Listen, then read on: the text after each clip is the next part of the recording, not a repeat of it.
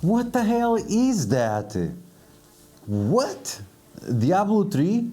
What is these shoulder pads? I have no idea what's going on, but looks interesting, but I'm not exactly sure what the hell is going on here.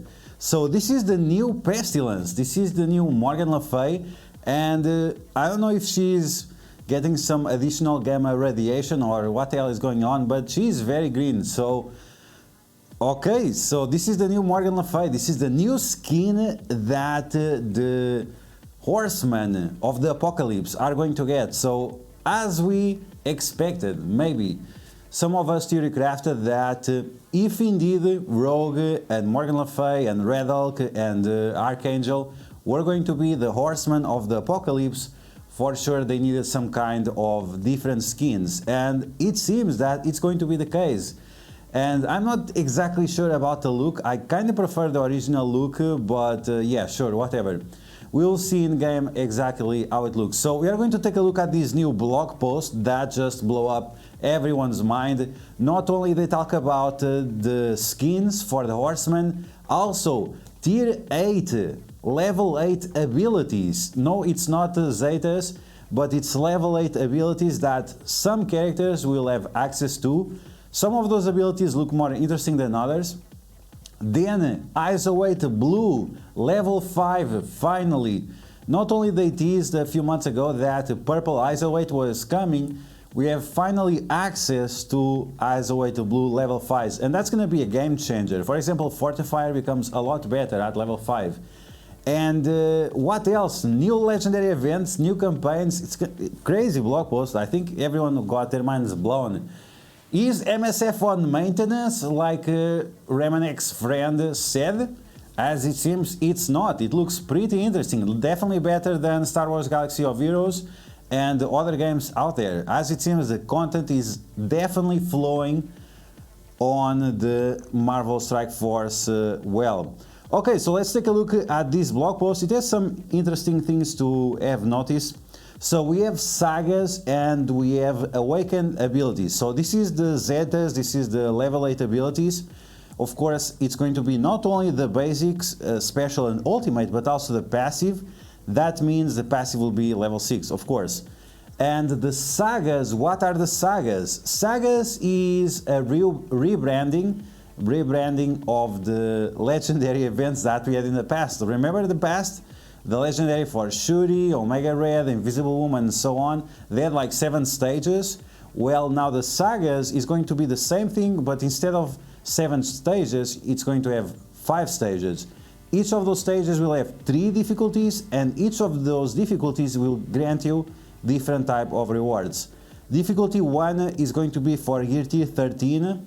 Difficulty 2 is going to be for Gear Tier 15, and difficulty 3 is going to be for Gear Tier 17, and that's coming next patch. So start saving your Cosmic Crucible currency, War currency, all of that currency. Make sure you save it in case they add up some of that Gear Tier 17 gear to one of those stores. Okay, so let's take a look at all of this. So this is the new Sagas that you can see right here.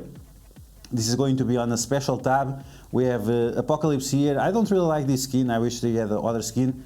But yeah, you can see right here the different difficulties, and you need to unlock at least one difficulty to access after to Apocalypse. So you need to clear one of each, and then you'll be able to access difficulty 1, then you have difficulty 2 and difficulty 3. So it's going to require all of them to get going, and depending on the character that is available, this will be permanently available, the Sagas, and the difficulties here too, but not the Scourges. So you have to unlock the character first. You are going to require the character and the team. It's a little bit messed up, especially because they are not giving us times exactly when Morgan Le Fay is coming again. So if you got it in the past, great, you'll be able to do this Saga. But if you're a new player and you were not able to unlock Morgan Le Fay, we have no date for when exactly she's coming back. They said they're coming back before Apocalypse, so let's wait and see. But yeah, you need Morgan Le Fay in order to access to the Sagas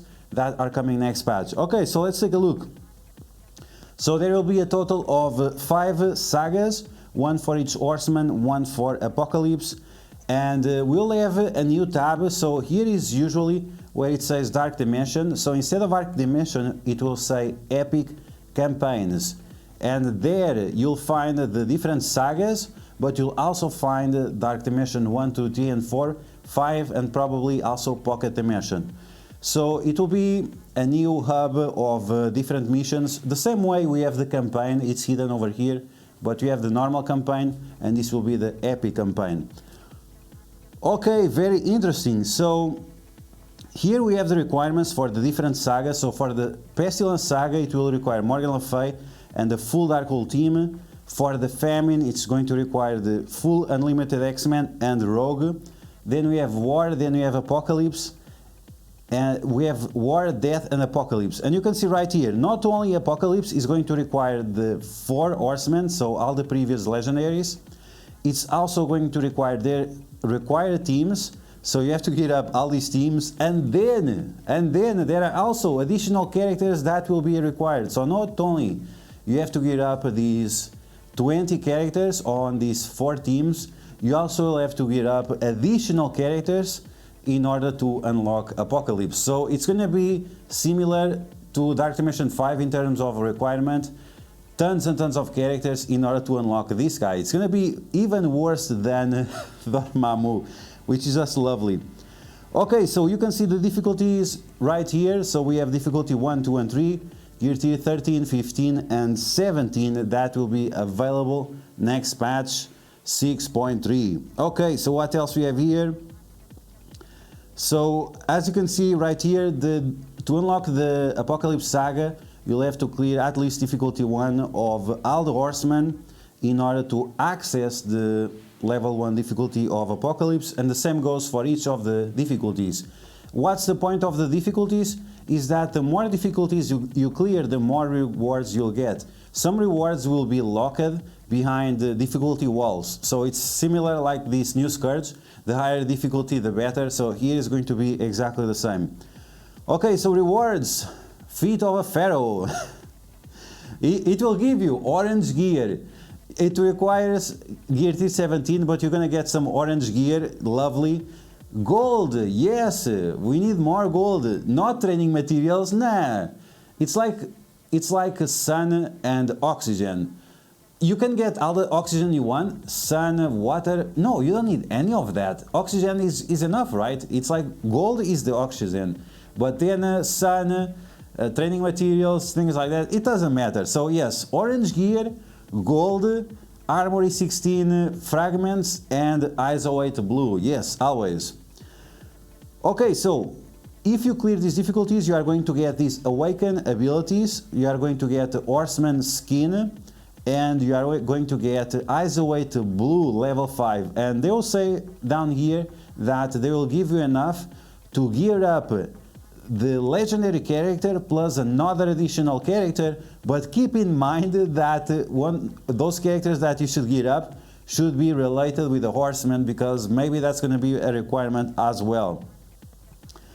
Okay, so this is something similar to what we have on Star Wars Galaxy of Heroes with the Zetas, the level 8 abilities, but in other games like Dragon Ball Z Dokkan Battle, they have the Z Awakenings, and this is kind of similar to the Z Awakenings because in Star Wars Galaxy of Heroes, the Zetas, they are for across all characters, but in Dragon Ball you need to have specific currency to unlock these abilities, and it's going to be the case for this. You need specific Pestilence abilities or specific Pestilence currency to unlock her abilities. Very important.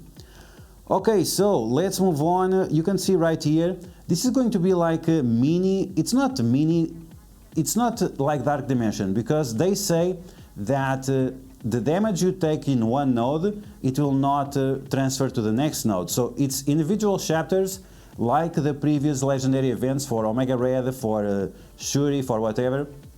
But instead of having 7 chapters, it only has 5 chapters. And once again, it will have the 3 different difficulties. And here they have examples of the new augmentation on the abilities. Some of these abilities are more impactful than others. You can see right here from Morgan Le Fay Special. that goes from giving speed up and immunity for herself only to giving speed up and immunity to all Apocalypse, Horsemen and Darkhold characters. So this is a big game changer, not only for the Horsemen team, but also for the Darkhold, because right now it does not give speed up to every character, and like this it will give the speed up to every character, and this is going to be massive, really massive. On the other hand, you can see the passive, it also changes. Instead of giving HP and resistance to only Darkhold characters, now it's also going to give to Apocalypse and the Horseman characters.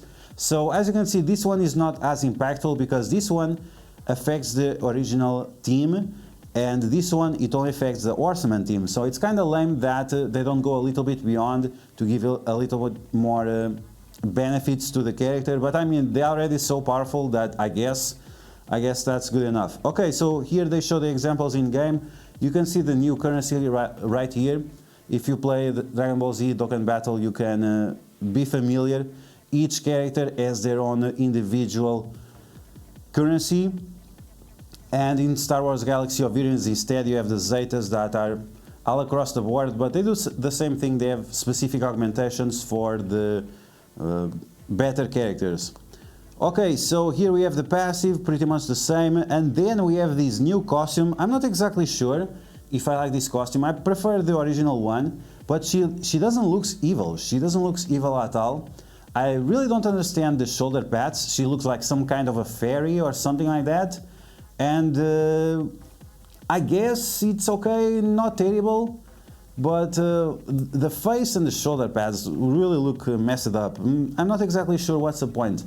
They look, maybe it looks a little bit too nice. It looks more like a fairy than like a witch, but I don't know, it's just my opinion. But it doesn't look bad, but it looks a little bit strange. Okay, so that's going to be the skin for Morgan Le Fay.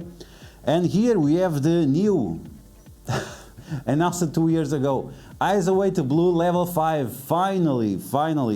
This is going to be a game changer for many Eyes Away specs, because they get so much additional functionality. For example, Fortifier, if you have Barrier, you are also going to get 40% drain. 40% drain whenever you have Barrier. Are you effing kidding me? That's going to be massive. There are so many teams that are going to change based on that. You have Infinity Watch, you have Darkhold, you have the Weapon X. Any character, any team that has Barrier is going to change because of this.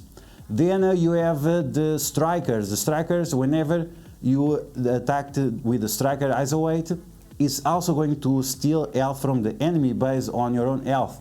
That's going to be very massive. Healer also has some interesting effects, and Skirmisher as well. All the negative effect, all the positive effects that you flip on the enemies, it will turn into bleeds instead of clearing. So that means the Skirmisher now is going to do additional damage. It's going to be very interesting. And I can't wait to see that. It will definitely change the horizon in terms of the Eyes Away. Okay, so we are telling you right here that you need the difficulty 3 in order to unlock this Eyes Away Blue level 5 and so on. Once again, it requires Gear Tier 17 to get this new form of Eyes Away. Very exciting.